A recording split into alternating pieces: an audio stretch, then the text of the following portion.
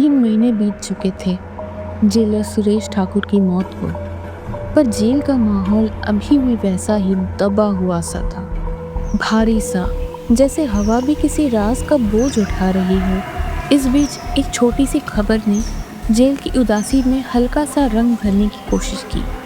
आज जेलर अजय राणा का जन्मदिन था। राणा की बेटी सानिया अपने 3 कॉलेज फ्रेंड्स के साथ उन्हें सरप्राइज देने जेल क्वार्टर्स आई थी। पहली बार राणा के चेहरे पर हल्का सा स्माइल दिखा, वो भी शायद लंबे वक्त बाद। घर में हल्की सी खुशी, थोड़ी सी हंसी और थोड़ा सा घर जैसा माहौल था, जैसे जेल की दीवारें कुछ घड़ियों के लिए अपनी कठोरता भूल रही हो। सानिया ने मुस्कुराते हुए अपने पापा से कहा, पापा आज काम नहीं, आज सिर्फ बर्थडे। राणा ने सिर्फ एक बार उसे देखा और नजर झुका ली। कैसे बताए वो उस डर को जो पिछले कुछ हफ्तों से उसके साथ साए की तरह चल रहा था। थोड़ी देर बाद केक कटा, सबने तालियां बजाई। राणा का दिल कुछ हल्का सा हुआ।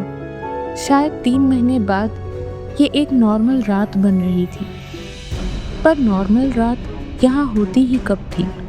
जैसे ही राणा ने एक दूसरा पीस प्लेट में रखा, उसका फ़ोन जोर से वाइब्रेट हुआ। फ़ोन उठाते ही गार्ड विनय ने घबराते हुए कहा, सर, जेल के ऑफिस में आग लग गई है।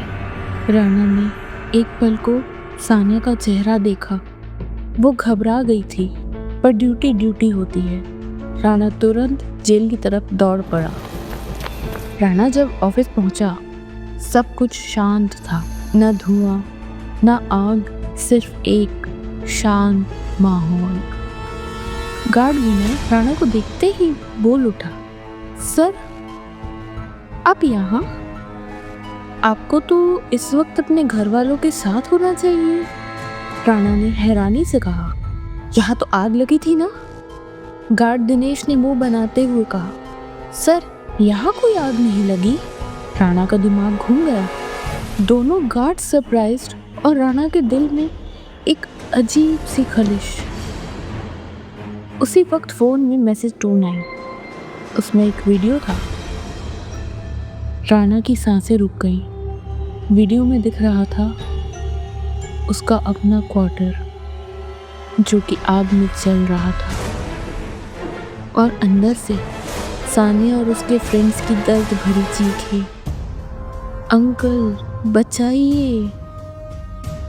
राणा का दिल टूट गया। उसने बिना सोचे जेल से बाहर की तरफ दौड़ लगाई। दिनेश और विनय उसे भागता हुआ देख आपस में बातें करने लगे। लगता है सर को आज ज्यादा ही चढ़ गई है। राणा जब घर पहुंचा तो उसने देखा सब शांत, ना आग ना धुआं। ये देखते ही मानो उसके हाथ पैर उसी वक्त बर्फ जैसे ठंडे हो गए। उसने दरवाजा जबरदस्ती खोला। अंदर जाके देखा सब कुछ नॉर्मल था। एक भी चीज डिस्प्लेस्ड नहीं थी। सानिया और उसके फ्रेंड्स कहीं नहीं थे। राणा ने जोर से आवाज लगाई, सानिया। फिर उसकी नजर सीधे सामने पड़ी। दीवार पर ताजा गीला लाल रंग में कुछ लिखा था, अब तेरी बारी। राणा का खून जम गया। ये वही हैंडराइटिंग थी, वही लाल रंग था जो कुछ दिन पहले सेल नंबर 39 के बाजू वाले सेल में भी नजर आया था। उसका दिमाग चिल्लाने लगा, आखिर ये सब कर कौन रहा है? कैसे और क्यों उसकी बेटी को उस रात जेल की दीवारें अजीब तरह से चीखने लगी, जैसे उनके अंदर कोई फंसा हो और बाहर निकलने की कोशिश कर रहा हो। राणा ने गार्ड्स को बुलाया, पर किसी की हिम्मत नहीं पड़ी थी उस क्वार्टर के पास जाने की। दिनेश धीरे से बोला, सर हमने सुना है जो आदमी उस भूतिया सेल में मरा था, वो बच्चे को बहुत प्यार करता था। जब कोई उसके काल का राज छेड़ता है, वो बदला लेता है। राणा की सांसें तेज हो गई। उसे महसूस हुआ कोई उसके पीछे से गुजर कर गया, जैसे कोई साया बिना पैरों की चाल के। वो उल्टा मुड़ने ही वाला था कि उसके कान के बिल्कुल पास एक हल्की सी आवाज आई, बुला रहा हूँ। राणा एकदम से गिरते गिरते बचा। उसके गले में हल्के हाथों के निशान उभर आए, जैसे कोई उंगली से हल्का सा छाप बना गया हो। इस रात ने जेल की हवा को बदल दिया था। राणा की आंखों में डर बस गया था और अब पूरे जेल में एक ही बात घूमने लगी। जेलर राणा की बेटी जेल में आई ही नहीं थी।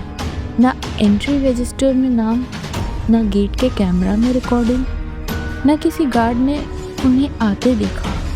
तो फिर जो 3 लोग और एक लड़की उसके क्वार्टर में थे, वो कौन थी? और वीडियो किसने भेजा? और सबसे बड़ा सवाल, ये सब किसके कहने पर हो रहा था? जेल की हवा में फिर एक हल्की सी फुसफुसाहट गूंज उठी। वो लौट आया है।